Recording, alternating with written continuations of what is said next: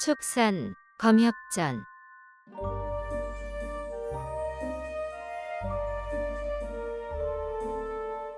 12화 여협 주경운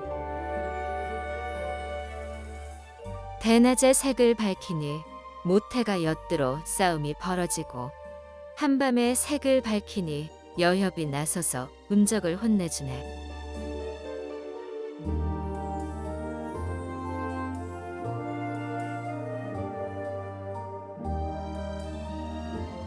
추은수가 가만히 손가락으로 술을 헤아렸다. 아니야, 아니야. 아직 없애야 할 녀석들이 덜 왔어. 악의 뿌리는 확실히 제거해야 하니 조금 더 기다렸다가 놈들이 다 오면 일망타진하는 것이 좋겠네. 그래야 다시는 사람들을 해하지 못하지. 지금 자은사 세력이 약하다지만 우리 인원도 너무 적어. 나머지는 크게 신경 쓸 것 없는데 지통과 모태, 사금강 등은 비검술에 능하지. 위청과 주수는 비검술을 전혀 모르고 손남과 주경우는 배우긴 했어도 경험이 많지 않아 모태 녀석과 비슷한 정도이지. 얼마 전에 염선을 만났는데 그 친구가 발이 빠르지 않나? 내년 정월 추하루에 벽규나무로 사람을 모아달라고 부탁했으니 그때 방법을 정하고 확실히 후안을 뽑아버리세. 일리 있는 말씀입니다.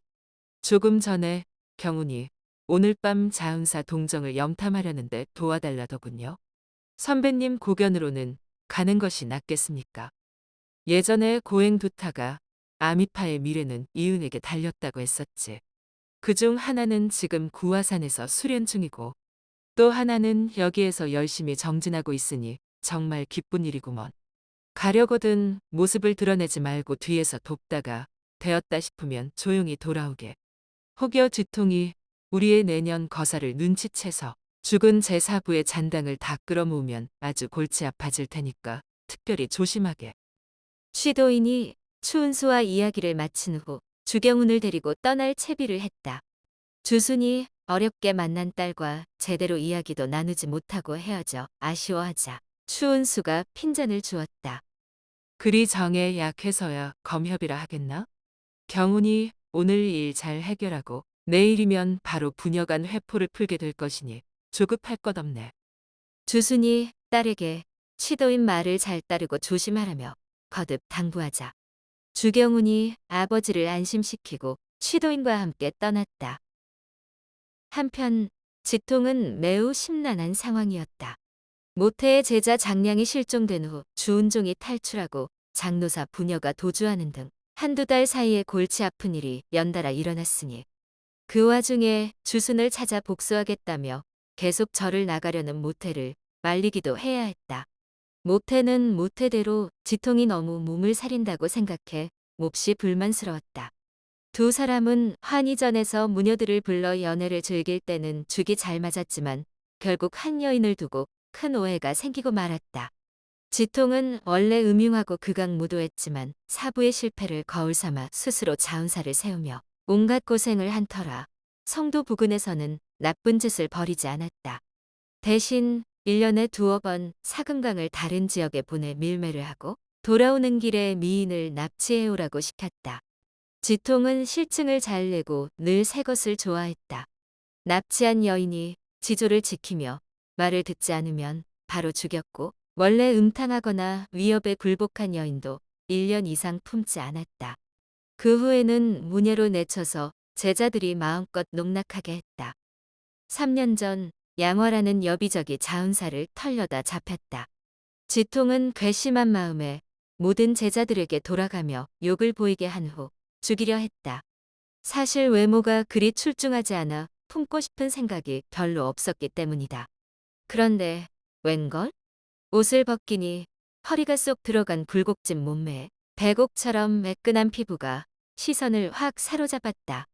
여기에 훌쩍거리는 콧소리로 교태를 부리자 갑자기 정욕이 타올라 당장 자격을 내세워 가장 먼저 양화를 품었다.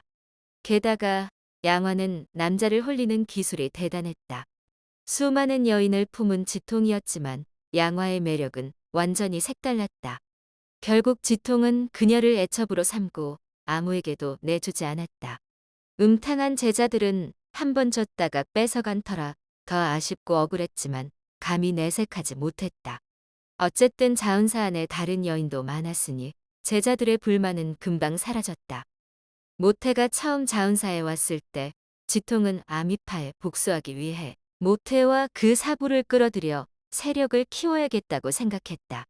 공교롭게도 그 즈음 한창 총애를 받으며 한껏 교만해진 양화가 지통의 심기를 건드렸다. 그래서 모태의 환심을 살 겸 홧김에 양화를 모태에게 내주었다. 뜻하지 않게 보물을 얻은 모태는 너무 좋아 감격스럽기까지 했다. 반면 지통은 그 후로 어떤 여인을 품어도 흥이 나지 않았다. 지통은 후회만 하고 있을 수 없어 모태가 외출한 틈에 몰래 가서 양화를 탐했다. 주객이 전도되어 이것저것 힘든 점이 많았지만 양화가 더욱 꼬리를 쳐대니 애간장이 타서 도저히 멈출 수가 없었다. 그러던 중 새로운 미녀 둘을 납치해오자 지통이 두 미녀를 모두 모태에게 주며 양화를 공유하자고 제안했다. 사실 모태는 내키지 않았지만 신세를 지고 있어 어쩔 수 없이 받아들였다. 이렇게 해서 두 사람은 번갈아 가며 양화를 품게 되었다. 하지만 삼각관계는 늘 위태로운 법. 두 사람은 속이 쓰렸지만 서로 조심하며 참고 또 참았다. 이즈음 모태는 지원군이 오기 전에 함부로 주순을 찾으러 나가지 말라는 지통을 아주 한심하다고 생각했다. 그래서 몰래 저 혼자 성을 돌아다니며 주순의 행방을 수소문했다. 하지만 주순은 콧배기도 보이지 않았고 이날 아침 관아에서 음적을 처형했다는 이야기를 들었다. 일당이 구하러 올 것을 염려해 판결 직후 바로 사형을 집행했고 시신은 성도 성 밖에 매장한다고 했다. 모태는 애제자 장량이 실종되어 걱정하고 있던 터라 혹시나 하는 마음에 처형당한 음적을 확인해 보기로 하였다. 성박 매장지 정오 무렵 매장꾼들은 죄인의 연고자가 나타나지 않을 터이니 시신을 천천히 묻어도 되겠다 싶어 멍석으로 대충 덮어두고 점심을 먹으러 갔다. 매장꾼들이 자리를 뜨자 모태가 바로 멍석을 들어 확인했다. 이럴 수가. 설마 했는데. 역시나 장량이었다. 머리와 두 발이 다 잘려나가 처참하게 그지없었다. 그 옆에 강간을 저지른 음적 장량을 참수하다 라고 적은 팻말이 보였다. 모태는 순간 눈앞이 아찔했다. 성도 간부에는 장량의 적수가 될 만한 자가 없으니 분명히 다른 누군가의 소행일 터였다. 사실 모태와 장량은 사제 관계인 동시에 특별한 정을 나누는 사이였기에 더욱 상심이 컸다. 일단 자은사로 돌아가 어떻게 원수를 찾을지 지통과 상의하기로 했다.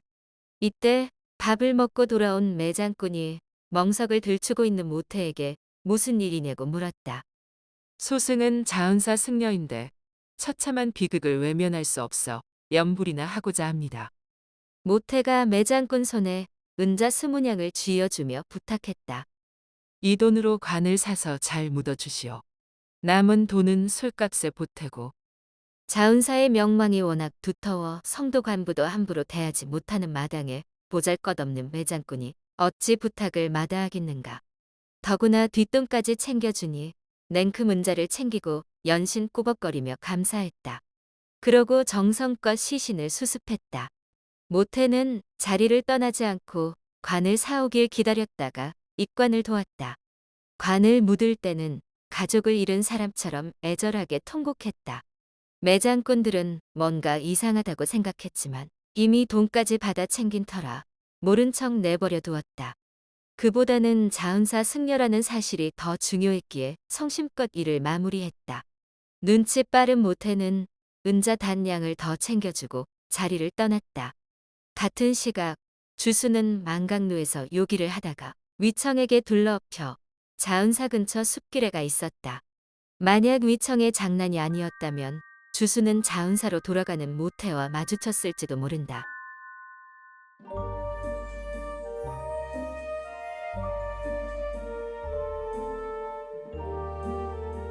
다음 화에서 이어집니다. 더 좋은 콘텐츠를 제작하기 위하여 구독과 좋아요, 알림 설정 부탁드려요.